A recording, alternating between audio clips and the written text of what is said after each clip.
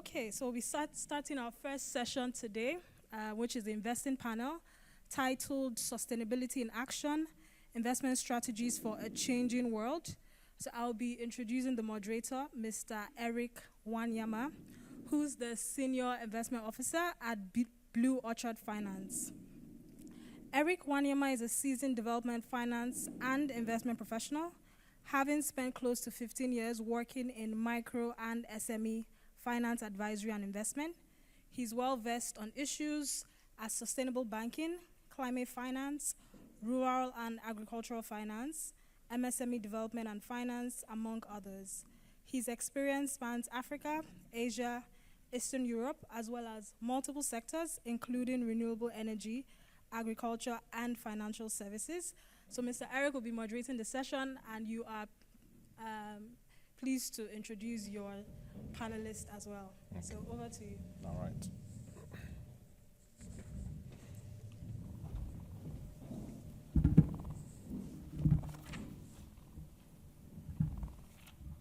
All right, good morning. I hope you're all well today. To just start us off, I think I just invite the panelists to just come on stage.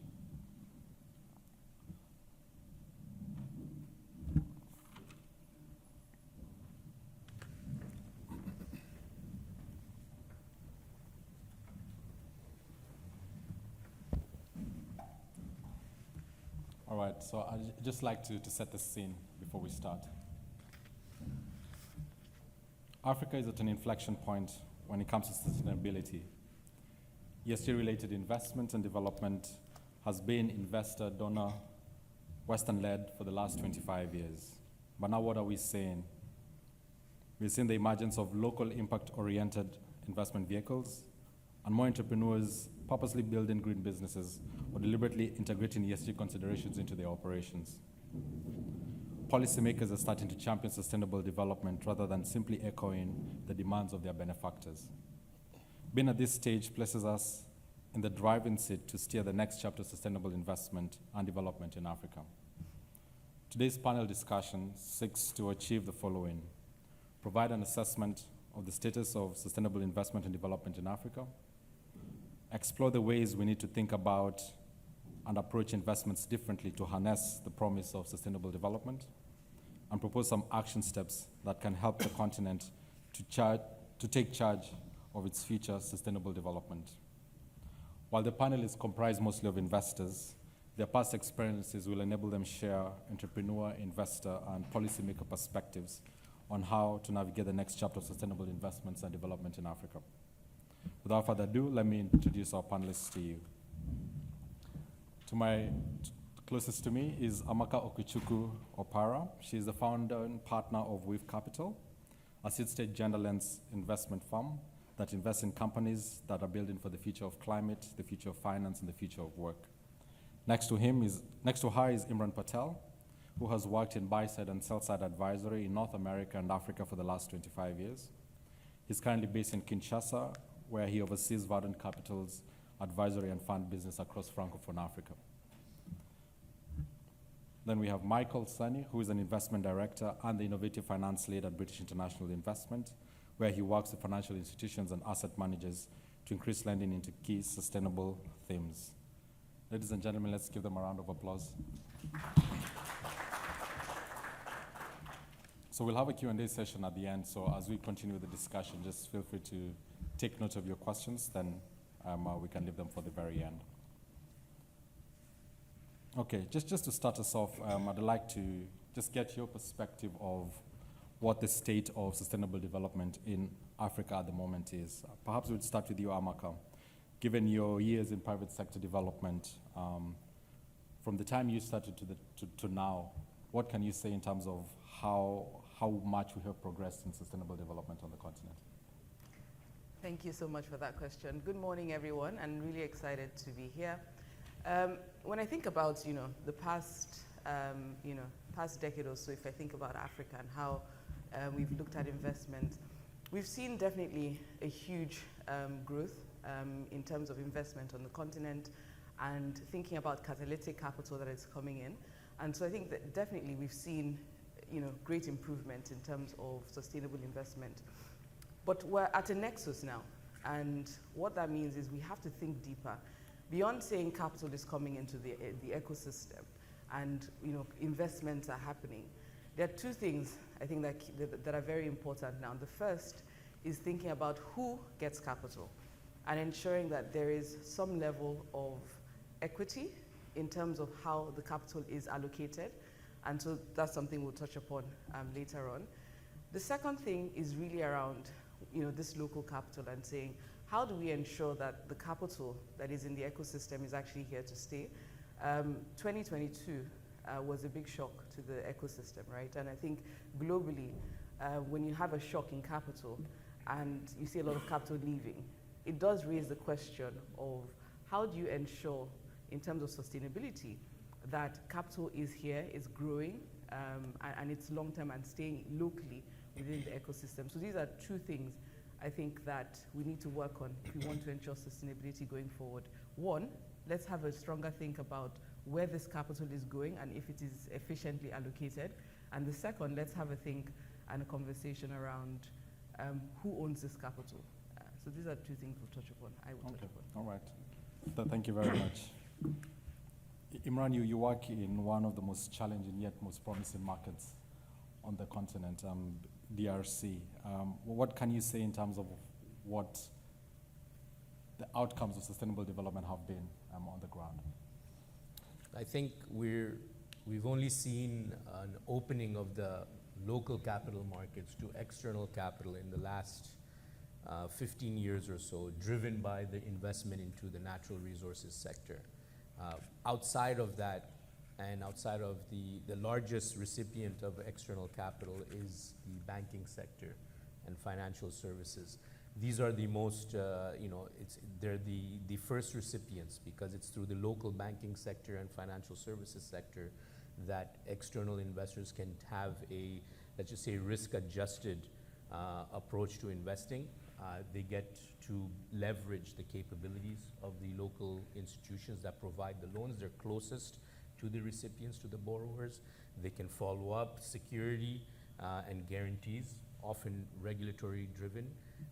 So it's easy for external capital to tap the local banking system and access the market through there.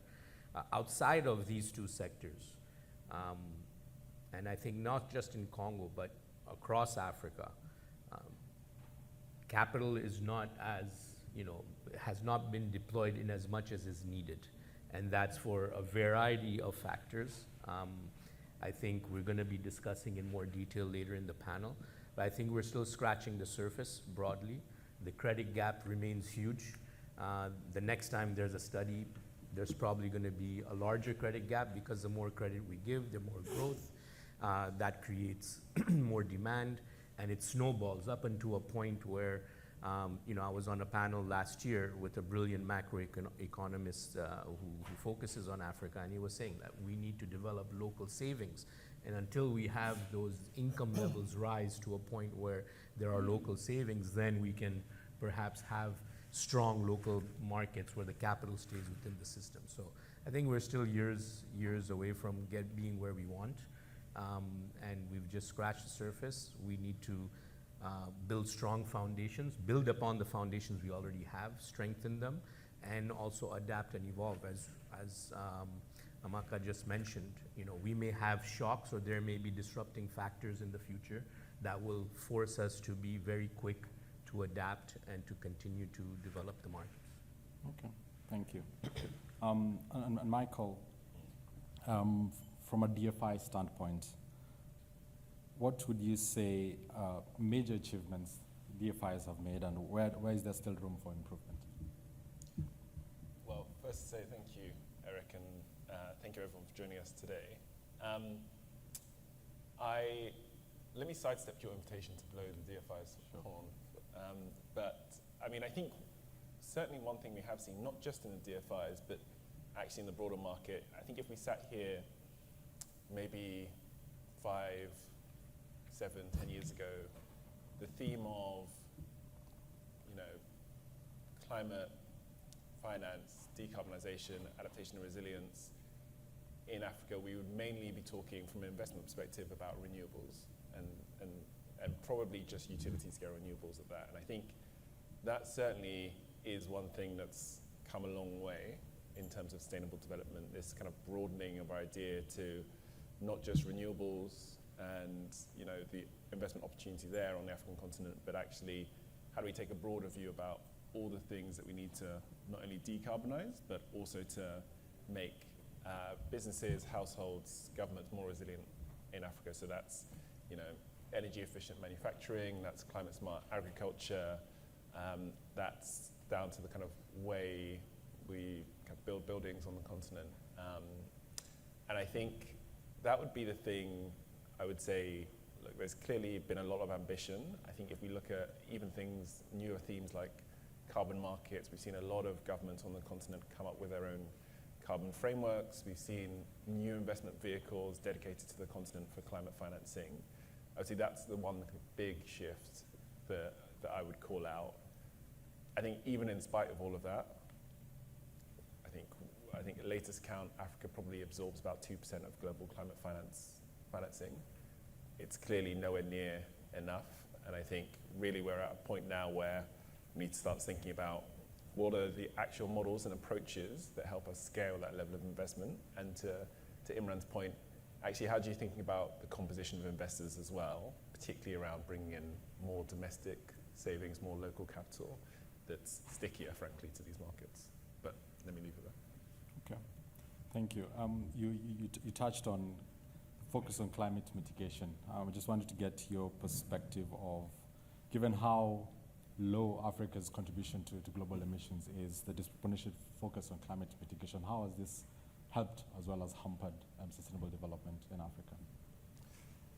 It's a provocative question. So maybe also for context, let me say at BII, we set ourselves a portfolio target to say, look, 30% of all of our investment will go into climate financing. We've generally hovered between 30 and 40%. So it's a very material part of what we do, but it's not all of what we do.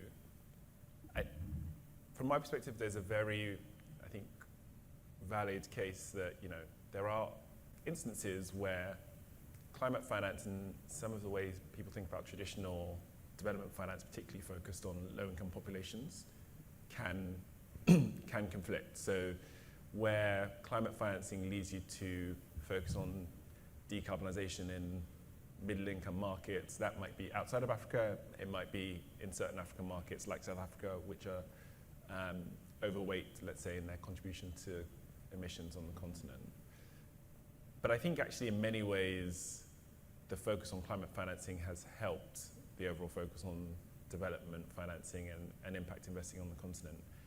And I think that's because so often the themes overlap, to be honest. I think we talk about things like the lack of access to reliable energy or electricity on the continent, and 600 million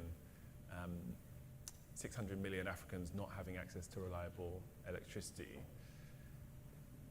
Clearly there, in many cases, renewables have become the least costs mode of providing that electricity, and we've seen the growth in the renewables market actually be one of the key drivers in closing the energy gap on the continent. I think we talk about, even though, as you say, Africa only contributes about 3% of global emissions, it has an outsized role in the kind of people that will be impacted by the effects of climate change. So one area that I think is still underfunded but has a huge role to play is how do we better fund kind of adaptation and resilience for individuals, for businesses, actually at the national level on the African continent. So I think, to your point, Eric, there are, if that tension, I think, between, if we get into a place where climate investment leads us to divert capital to other places, that definitely is a hindrance. But I think there's many cases in which they overlap, which I think should continue to be the focus. Okay, thank you. There's this, in my opening statement, we felt that sustainable development has been investor Western driven.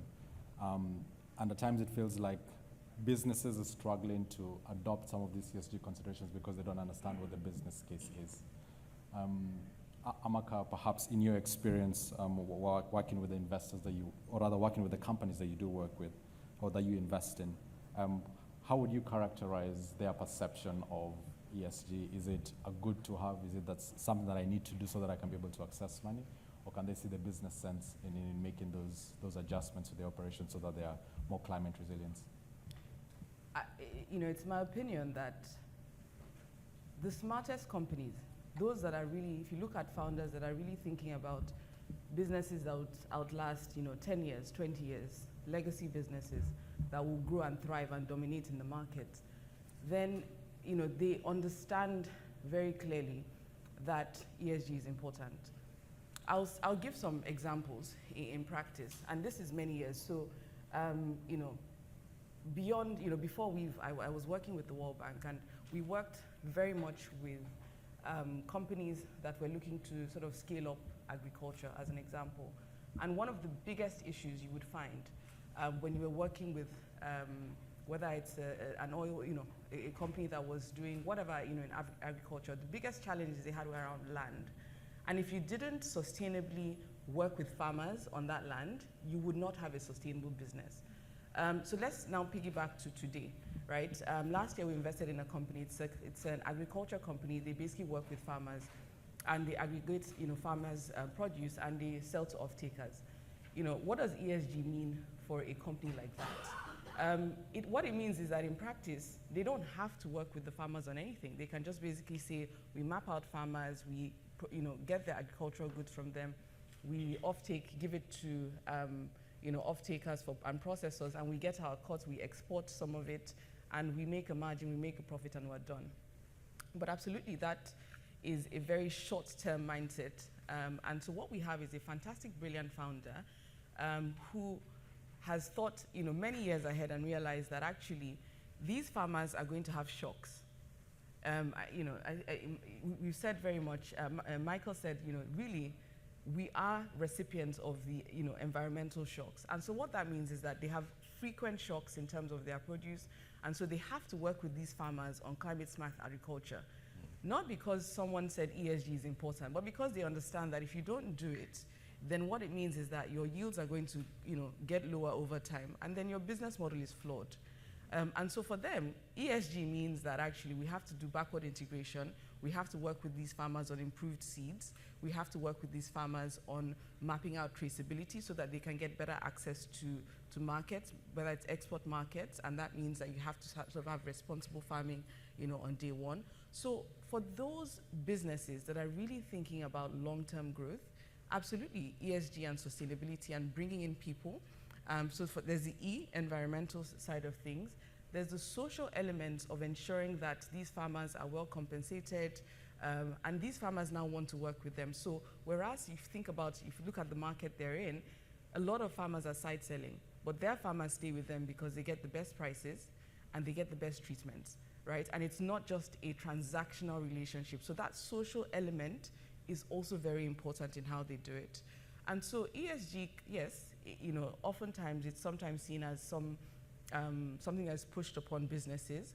And it is true. Sometimes I think in terms of how we look at ESG, people see ESG as reporting requirements, and it can quickly devolve to that. But I think the true meaning and the true implementation of ESG is actually very, very important. What I think we need to do is bridge that gap between sometimes institutional investors that are very, I'll almost say process-driven and tick-box-driven as opposed to practical, and sort of making sure that you don't get these businesses bogged down with whether it's, reporting needs that they can't meet and things like that, but ensuring that, but absolutely, ESG is a critical component of longevity in most businesses on the continent. Yeah. Imran, what has been your experience in the businesses you invest in? So it's been varied, and it's usually driven by what Amaka just mentioned, process-oriented, just standard compliance. Check a box, make sure they do certain, businesses not engage in certain activities. But it's been overall beneficial, and I think largely because, our firm, we're advisors, but we also have a fund that we invest into credit businesses. And we take, and we've been operating on the continent for almost 13, 14 years now. And we've built a strong business across sectors. And across each of the sectors, we have to apply these ESG principles. But it starts with first relevance. What are the principles that are relevant for that business? What are the goals? And ESG is also something that's fairly logical, like sustainability. Any business that wants to grow and succeed, they have to have a sustainable mindset from a comprehensive perspective. So we need to, what we've learned and seen is that we must adapt. We have to take these compliance-oriented forms from, depending on the source of capital, and engage in a conversation and a communication between a funder and recipient to ensure that there is a framework, a relevant framework, through which to assess a business. What are the KPIs that they should meet and address over time, so the short, medium, and long term, because we want any capital coming in at any stage to be catalytic and invite and attract additional capital. Because once you have, and it touches on what Amaka mentioned also earlier, is if you have capital leaving, whether it's a balance sheet or a country, it causes problems. So we need to have this continuous view, and it evolves over time and embedded into the processes, and educate sometimes. Educate may not be the right word, but inform the recipients of the capital as well as the stakeholders around them, whether it's the farmers, whether it's the managers, whether it's consumers of the product that you are investing into the production of. So we must evolve, adapt, but always keep in mind relevance. And also sometimes take a different perspective, is that what is relevant to the community or the stakeholders in and around that project, right?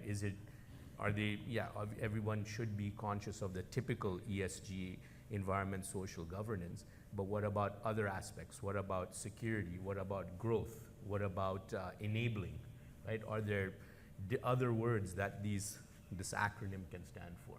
Okay. This could go to either Imran or Michael. Just want to hear your view on what role regulators can play so that building green businesses is something that you do, is a normal thing rather than the exception. How do we normalize businesses that are ESG smart, so to speak? Maybe you could start us off, Michael, and then Imran, you could chip in. It's a very good question. I'm trying to give a structured answer to that. I think there's many levels in which regulation can play a role. Maybe the one I'll focus on, because one can focus on local institutional capital and regulation that often is a bottleneck in them becoming investors into sustainable, engaging more in sustainable investment or climate investment. One can think of banking regulation. One can think of the regulation for underlying businesses. I think that would take too much of the session, so let me just focus on the on the institutional investors. I think, as we all touched on at the start, there is a huge role for I think people often talk about, look, there is limited domestic savings in many of the African markets, but there is still very substantial sums of domestic capital that often are not funding sustainable investment in the countries, and often that's partly due to kind of regulatory reasons and due to often things like capital treatments, lack of regulatory incentive to invest in A, a home market, but B, in the real economy, so outside of government treasuries. And there is often little regulatory support or even pressure for institutional capital to think about how it prioritizes sustainable investment. And I think some of the good examples, to be very practical on where that is changing, if I think about entities like InfraCredit in Nigeria, we have the Dhamana Guarantee Company in Kenya, also very similar model, that is working with local pension funds to invest in local infrastructure working with the regulators to create a framework to make that easier, and building up the kind of track record, institutional track record within pension funds to be able to shift their allocations from being very heavily weighted to government bonds to more sustainable investment in the real economy. And I think that's a very practical model in which actually with engagement with the regulators, one can drive more investment into, more capital into sustainable investment. So let me just give that example. Thanks. Imran, anything to add? Remind me of the question again. Yes, so basically what can regulators do to mainstream ESG so that it's just a standard way of doing things rather than the exception? I think we should look at it from regulatory aspects on, the host countries of where the capital sits, as well as the countries where the capital is received. On both sides, again, I think there's an element of practicality. Often on our continent we find, and we were joking about it earlier as panelists, the regulators often just meddle too much or slow things down, and sometimes it's better to do nothing, but they can't. They have to do something. What should they be doing? They should be looking at how to attract capital and retain the capital. Regulators often get provocative, and they make statements that deter capital from entering, and the capital that is there chooses to leave for whatever reason. I think regulators should also be focusing more on working with local sources of capital, helping them formalize instead of, in all countries of Africa, capital flight is an issue. There's always this shadow capital that is not in the formal sector. How do you bring that capital into the formal sector? Because that is really the sustainable capital. If you're chasing that capital away, then you're just becoming more and more dependent, which is counterproductive to what the countries are actually trying to do. So I think we need to be looking at things from both perspectives, the origin and the source and the receiving end. And we need regulators to be more practical and sometimes do less, not do nothing, and make things more streamlined. We don't want to spend hours and hours and months waiting for approvals. We may have sources of funding that want to come in, but depending on the jurisdiction, the central bank must approve or some other regulatory must approve, and it takes months. And each day of the capital not being on a company balance sheet is lost profits, meaning lost growth, lost taxes, lost jobs. So it's a snowball effect. So there needs to be efficiency and reform, but that's the lifelong challenge. Okay. I'd like to tackle ways of unlocking local capital more, but before we get into that, Amaka, we had an interesting conversation around gender-lens investing and how many times traditional investors look at it just as an investment screen, but you see it as an alpha-generating market opportunity. Could you just tell us more about that and perhaps how we've been looking at gender-lens investing wrong? Yeah. Yes, absolutely. At Weave Capital, we're a gender lens fund, and oftentimes people think, when they hear gender lens, they think of it as you look at founders and you say, is this what's the gender of the founder, and then you tick a box and that's the exercise done. Absolutely. For us, we think of and we see gender as an opportunity, not a screen. And so that means that, if I look at my own first principles of investing, it's really, from an alpha perspective, first of all, I think, maybe starting with sustainability. As I said earlier, sustainability is when capital is efficiently allocated. If you have, in an Africa context, 58% of all entrepreneurs are female. So it's the opposite. It's actually more entrepreneurs are female than male. And you see, in terms of controlling capital, but somehow when you look at the capital efficiency and capital flows, you're still seeing, whether it's credit and equity, significantly very tiny, minuscule shares of capital go to female founders. And so the question is that it's just a clear capital misallocation. And whenever you see a capital misallocation, just alpha theories kicks in, and it's, there's an alpha strategy there, right? So from one hand, we want a sustainable future where effectively anyone that has a great business, great idea, and can generate returns gets capital. I think that's just, one thing about when we say sustainability. Let's make sure that sustainability means everyone is included in that pie. The second element of it is saying, there's a clear misallocation of capital, and that equates an alpha strategy. And for us, when we think about gender, it's not just saying what is the criteria of the founding team. It's saying that there's a brokenness in how we allocate capital that we need to fix in how we invest. And so that means things like, if you think about the traditional networks of how people get investment, it's sort of like a referral network.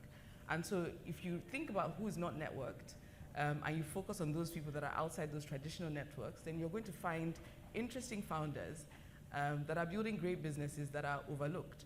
And so for us, our sourcing strategy is different. And we think about gender as how do we create and basically solve for those misallocations that we see in the market. The first is the sourcing and ensuring that we're sourcing differently from everyone else. And so for us, that means that ultimately, because you're looking where everyone else is not looking, you're seeing a larger pool of companies to invest in. You're actually not narrowing your pool, you're opening up your pool much larger. So for us, what that means in practice is that we have a very we love cold referrals, and we actually do active calls for calls where companies can just write to us directly. We encourage that. We also look where others are not looking, so we go to very non-traditional settings, right? So people that are not networked within the tech ecosystem, and we go there and we find these founders. So gender lens investing for us means like looking and sourcing differently, also thinking about in terms of how you invest, right, and taking away bias from that system. So it means that you have to go deeper into the markets that you're looking at. So you would find maybe sometimes non-traditional businesses that you'll find, but these are high growth businesses, right? So you have to really think about how you evaluate a business has to change, and you have to remove that bias from that process. So in a nutshell, when we think about gender lens investing, we see an alpha strategy, we see a sustainability play as well, and we see it as a way of just doing things differently from even how we think about exits as a business, right? And ensuring that exits go full circle. So everything from the sourcing to how we screen companies is different in terms of to ensure that we are capturing people that are not captured in the mainstream ecosystem of investment. Thank you. Just segue to our last session. Michael, given that most climate funding is being channeled through the banking system, what more can be done to get banks to use their own funds to support more growth of climate assets in the continent? I will give a short answer to that one. Maybe I think maybe let me just touch on three things that can be done. I think if you talk to a lot of the banks, they'll say, look, there's not enough bankable assets for us to finance. So we absolutely have appetite to do more in this space, but there isn't enough assets that meet our underwriting criteria. So I think the first thing, in all fairness to the banks, actually is really increasing that pipeline of bankable assets. And I think that's the role, including for DFIs and other investors who have a more flexible risk appetite, to really play a role. So I think we view their group to be a group of businesses, often in nascent sectors, let's call them pre-bankable, where actually you need to really go in with flexible capital. I think at BI, we think about anchoring credit funds or specialized non-bank financial institutions to really help prove out the credit track record. And I think we've seen success of that in some sectors, like commercial and industrial solar. I think even 5-10 years ago, that was seen in many places as pre-bankable. I think we're seeing that in other sectors today, for example, in e-mobility on the continent, for example. The second thing is actually working with banks and really helping them to scale their funding to sectors which they do have some appetite to today. I think we think about making sure that we can play a role in unlocking either bottlenecks around liquidity and funding and providing dedicated funding to banks, or think about where the bottleneck, I mean, the banks may be very liquid, but sectors are still on the frontier of their risk appetite. So we look at providing guarantees and risk-sharing products, and we've done that. We have a partnership with the African Guarantee Fund. We recently announced a number of risk shares. I think we announced one here actually last year with Ecobank in Sierra Leone, for example. And And the third thing we should do is actually give banks an off-ramp, so somewhere where they can distribute assets and free up their own balance sheet. And that goes to the earlier point that we were making around actually how do you really engage local institutional investors, because some of these long-term assets, like operational infrastructure projects, actually a better fit on the balance sheets of institutional investors. So banks may be able to do the initial underwriting, but how do we create structures that also allow them to distribute and free up their balance sheet to do more? So I'd say it's kind of, I wouldn't just focus on the banks and their own balance sheets, but how do you create assets that can go on the bank's balance sheets, and then how do you free up the balance sheets on the other side as well? All right. Thank you very much. Our time is far gone, but I'd like to open it up to the audience for any questions you might have. Yes, go ahead.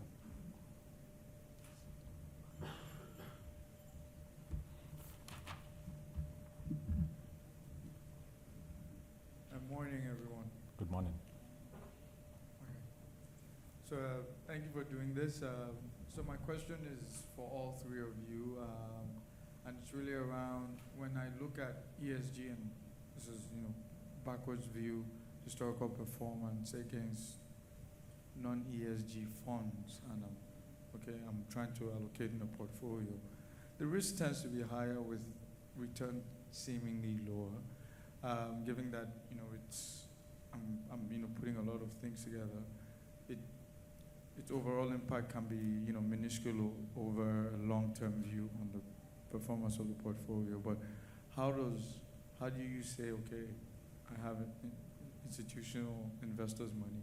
How do you say that we allocate that, or how do you send that messaging across? Because I'm yet to really see an ESG fund really supersede other non-ESG funds when it comes to returns, and when you look at it vis-a-vis each other, it's almost like these are the same companies, but for some reason, I don't know if it's headwind from the environment that is causing the underperformance. So how do you, in your view, manage that, and how would you say, okay, if you have people who are looking to join you in what you're doing, how do they also manage that? Thank you. All right. Yes, one more question. So Michael, you take that? Sure. Okay. Should I just add this other one? I think it's connected slightly. Yeah. So I'll give a practical example. Doing a hydro project in Sierra Leone, and you could easily say it's going to cost me $10 million more because of the environmentals you have to do. How do you look at that? In my view, since we're saving the world and not just the small country in Africa, I am thinking that money should come from everybody else who's thinking we should save the world.